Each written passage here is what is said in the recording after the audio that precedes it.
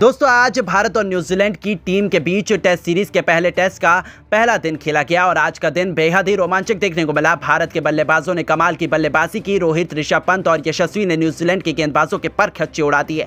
पंत का बल्ला भी एक बार फिर गरजता हुआ नजर आया। उन्होंने तो अपने बल्ले से ऐसा तांडव मचाया कि पहले दिन ही टीम इंडिया को 500 रनों के पार ले जाकर न्यूजीलैंड की हार की दास्तान लिख डाली। तो ऐसे में आज हम आपको इस वीडियो में बताएंगे भारत और न्यूजीलैंड के बीच खेले गए पहले दिन का पूरा रोमांचक हाईलाइट। तो ऐसे में आप इस वीडियो को अंत तक जरूर देखिएगा, लेकिन उससे पहले अगर आप भी भारत की टीम के बहुत बड़े फैन हैं तो आप इस वीडियो को एक लाइक जरूर कर लीजिएगा। दोस्तों भारत आने से पहले ही न्यूजीलैंड की क्रिकेट टीम ने ऐलान किया था कि वो तो टीम इंडिया को हराकर ही दम लेंगे। और जब आज बेंगलुरु के चिन्नास्वामी क्रिकेट स्टेडियम में कांटे का पहला मुकाबला शुरू हुआ तब टीम इंडिया ने उन्हें साबित कर दिया कि ये उनकी कितनी बड़ी गलतफहमी थी। बता दें कि इस मैच में भारत के कप्तान रोहित शर्मा ने टॉस जीतकर पहले बल्लेबाजी करने का फैसला किया और मेहमान टीम न्यूजीलैंड को पहले गेंदबाजी करने के लिए आमंत्रित किया, जिसके बाद में टीम इंडिया अपनी पहली पारी में बल्लेबाजी करने के लिए मैदान पर उतरी। भारत की टीम के लिए पारी की शुरुआत करने के लिए कप्तान रोहित शर्मा के साथ में यशस्वी जायसवाल मैदान पर उतरे।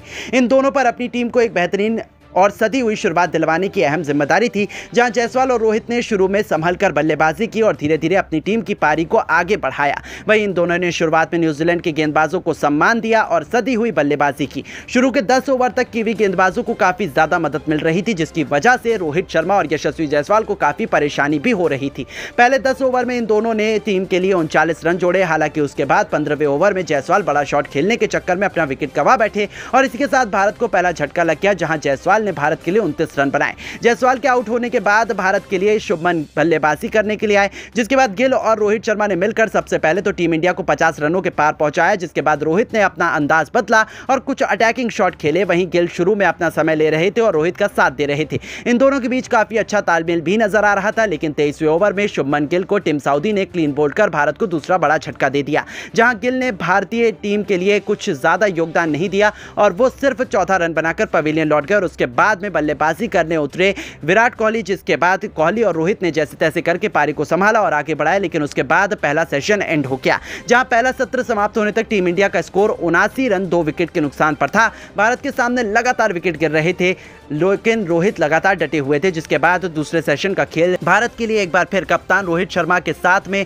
विराट कोहली बल्लेबाजी करने के लिए आए। दूसरे सेशन की शुरुआत में एक बार फिर से इन दोनों ने काफी संभल कर बल्लेबाजी की, क्योंकि शुरू में न्यूजीलैंड के गेंदबाजों को मदद मिल रही थी, लेकिन कुछ ओवर निकलने के बाद रोहित ने अपने गियर बदले और बड़ा शॉट खेलना शुरू कर दिया। रोहित शर्मा काफी अच्छी लय में नजर आ रहे थे, वहीं कोहली भी रोहित शर्मा का अच्छा साथ देते हुए नजर आ रहे थे। जिसके बाद 32वें ओवर में इन दोनों ने अर्धशतकीय साझेदारी पूरी कर ली और साथ में भारत को भी 100 रनों के पार पहुंचा दिया। जिसके बाद रोहित शर्मा ने भी अपनी हाफ सेंचुरी पूरी कर ली। अब रोहित और कोहली ने भारत की पारी को संभाल लिया। हालांकि न्यूजीलैंड के गेंदबाज भी विकेट लेने की भरपूर कोशिश कर रहे थे, लेकिन अब इन दोनों के बीच काफी अच्छा तालमेल नजर आ रहा था। रोहित और कोहली ने अब अपने तेवर भी चेंज कर लिए थे। जिसके बाद देखते ही देखते विराट कोहली ने भी अपने 50वें ओवर में पूरी कर ली और भारत को भी 150 रनों के पार पहुंचा दिया। जिसके बाद 53वें ओवर में रोहित शर्मा और विराट कोहली के बीच शतकीय साझेदारी भी पूरी हो गई।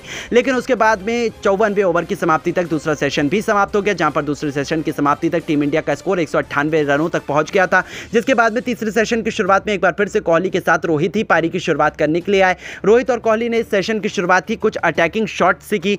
खास तौर पर रोहित ने बॉलर्स के ऊपर डोमिनेट किया, जहां पर आपको बता दें कि 59वें ओवर में रोहित ने लगातार 2 चौके लगाकर अपनी सेंचुरी पूरी कर ली। वहीं उसके 3 ओवर के बाद में रोहित शर्मा ने कोहली के साथ में मिलकर अपनी टीम को 200 रनों के पार पहुंचा दिया। दोनों ही बल्लेबाजों के बीच की यह साझेदारी अब न्यूजीलैंड के लिए काफी खतरनाक साबित होती हुई नजर आ रही थी, क्योंकि ये दोनों तेजी से भारत के स्कोर को आगे बढ़ा रहे थे। लेकिन उसके बाद में सेट बल्लेबाज कप्तान रोहित शर्मा को मिशेल सेंटनर ने आउट कर दिया और भारत को सबसे बड़ा झटका दे दिया, जहां रोहित शर्मा ने भारत के लिए 113 रनों की कप्तानी पारी खेली।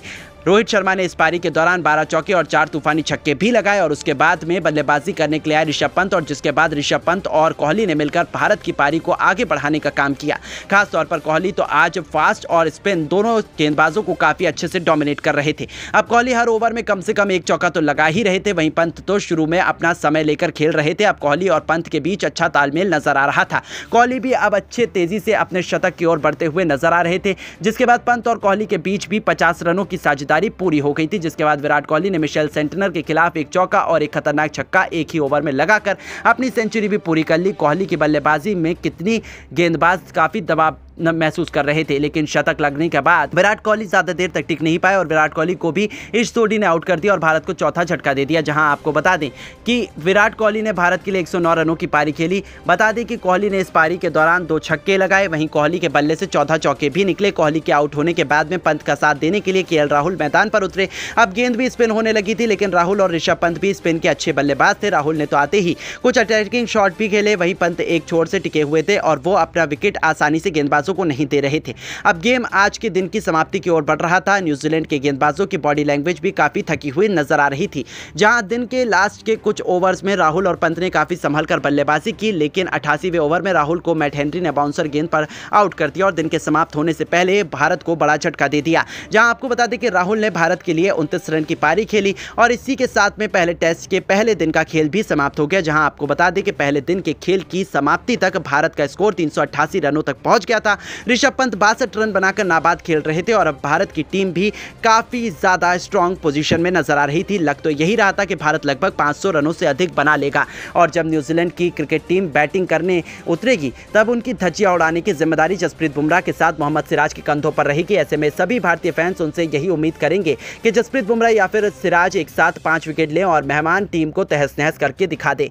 लेकिन दोस्तों, आपको क्या लगता है, भारत की टीम न्यूजीलैंड को यह टेस्ट मुकाबला हरा पाएगी या नहीं? अपनी राय हमें नीचे दिए गए कमेंट बॉक्स में जरूर दीजिएगा और ऐसी तमाम शानदार खबरों के लिए हमारे चैनल को जरूर सब्सक्राइब करें। धन्यवाद। आज भारत और बांग्लादेश के बीच 3 मैचों की T20 सीरीज का अंतिम और सबसे इंपॉर्टेंट मुकाबला खेला गया और इस मैच में दो रोमांच की सारी हदें पार हो गईं। जहां अंतिम गेंद तक ये बता पाना नामुमकिन था कि कौन सी टीम बाजी मारेगी।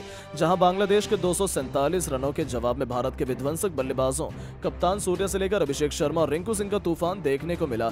तो ऐसे में आज हम आपको इस वीडियो में बताएंगे भारत और बांग्लादेश के अंतिम T20 का रोंगटे खड़े कर देने वाला पूरा हाईलाइट भी दिखाएंगे। लेकिन उससे पहले आपको क्या लगता है, रोहित शर्मा और सूर्य कुमार यादव में कौन है सबसे बेहतर कप्तान? नीचे कमेंट करके जरूर बताइएगा।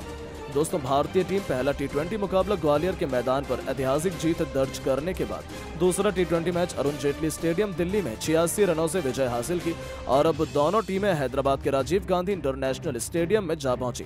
यहाँ सीरीज का तीसरा और अंतिम मुकाबला शुरू हुआ। बांग्लादेश के कप्तान नजमुल हुसैन संतो ने टॉस जीतकर पहले बल्लेबाजी करने का फैसला चुना और यहाँ जब बल्लेबाज बांग्लादेश की टीम बल्लेबाजी करने के लिए उतरी तो हमेशा की तरह उनके लिए पारी की शुरुआत लिटन दास के साथ परवेज हुसैन ईमान की खतरनाक जोड़ी मैदान में आई। लेकिन भारत की खतरनाक गेंदबाजी के आगे बांग्लादेश की कोई भी जोड़ी मैदान पर टिक नहीं सकी। टॉप ऑर्डर से लेकर मिडिल ऑर्डर सभी खिलाड़ी मयंक यादव और अर्शदीप की घातक गेंदबाजी के आगे घुटने टेक बैठे और बांग्लादेश की पूरी टीम भारत के सामने 20 ओवर में 210 रन बनाकर ऑल आउट हो गई। अब दोस्तों, बारी थी भारतीय बल्लेबाजों की इस मैदान पर कुछ चमत्कार कर दिखाने की। दोस्तों, टीम इंडिया को विस्फोटक शुरुआत दिलाने के लिए संजू सैमसन के साथ खतरनाक अभिषेक शर्मा की तूफानी जोड़ी मैदान में उतरी थी। ऐसा लगा था कि ये दोनों खिलाड़ी टीम इंडिया को ताबड़तोड़ शुरुआत दिलाएंगे, लेकिन संजू इस मुकाबले में एक बार फिर जल्दबाजी कर बैठे। वो गेंदबाज के बिछाए जाल में फंस गए और फील्डर को अपना आसान सा कैच देकर इस खिलाड़ी को पवेलियन लौटना पड़ा। हालांकि उन्होंने शुरुआत तो शानदार की थी, लेकिन फिर भी वो इस मैच में केवल 9 रन बनाकर पवेलियन लौट गए। अब दोस्तों, संजू का विकेट गिर जाने के बाद भारतीय टीम काफी ज्यादा दबाव में आ चुकी थी। अब संजू जब आउट हुए तो बांग्लादेश के लिए उतरे खुद कप्तान सूर्या, जहां सूर्या और अभिषेक पर हर किसी की निगाहें थी कि दोनों बल्लेबाज दूसरे विकेट के लिए कितने रन जोड़ पाते हैं। इस दौरान सब कुछ सही चल रहा था। मेहंदी हसन मिराज के ओवर में सूर्या ने एक के बाद एक कई लगातार 3 गेंद पर 3 खतरनाक छक्के लगाकर टीम इंडिया को तूफानी रफ्तार से आगे बढ़ाना शुरू कर दिया था। दूसरी तरफ अभिषेक का बल्ला दहाड़ रहा था। 6 ओवर में टीम इंडिया ने 68 रन बनाए तो देखते ही देखते 8 ओवर में भारतीय पारी 90 रनों के पार खड़ी थी। इन दोनों खिलाड़ियों के बीच 100 रनों से अधिक की मजबूत पार्टनरशिप हो चुकी थी। दोनों तरफ से दोनों खिलाड़ी केवल चौके और छक्कों से ही बात कर रहे थे। इस बीच कप्तान सूर्या ने अपना तूफानी अर्धशतक केवल 30 गेंद में ठोक दिया, जो टीम इंडिया की जीत के लिए बेहद महत्वपूर्ण माना जा रहा था। इन दोनों ने भारत को मैच में मजबूत स्थिति में लाकर खड़ा कर दिया था, लेकिन दोस्तों अभिषेक भी अपनी साझेदारी को ज्यादा देर तक आगे बढ़ा नहीं पाए और 49 रन बनाकर वो आउट हुए। अब पूरी जिम्मेदारी भारत के 2 सबसे खतरनाक T20 बल्लेबाज रिंकू सिंह और सूर्य कुमार यादव के मजबूत कंधों पर आ चुकी थी मैच जिताने की, क्योंकि इनके अलावा कोई और बल्लेबाज भारतीय टीम को जिताने का दम रखता नहीं था। अब दोस्तों, यहाँ T20 के शूरवीर रिंकू सिंह ने भी आते ही अपने विस्फोटक अंदाज में एक तरफ से बांग्लादेशी गेंदबाजों की बेरहमी से कुटाई करनी शुरू कर दी। दोनों मिलकर साझेदारी को आगे बढ़ाते हुए अंतिम ओवर तक ले जाते हैं, जहां सबसे खास बात तो ये थी कि सूर्य कुमार यादव आज कमाल की लय में नजर आ रहे थे। उन्हें रोक पाना आज किसी भी गेंदबाज के बस की बात नहीं हो पा रही थी। यहाँ तक कि रिंकू भी दूसरी तरफ खड़े खड़े केवल उनकी खूबसूरत बैटिंग का आनंद उठा रहे थे। उन्होंने सबसे पहले तो मात्र 30 गेंदों में अपना अर्धशतक पूरा किया और अर्धशतक जड़ने के बाद वो अपने शतक की ओर आगे बढ़ चले। इस दौरान अंतिम ओवर तक जब मैच पहुंचा तो भारत को मुकाबला जीतने के लिए 6 गेंदों में 21 रन की दरकार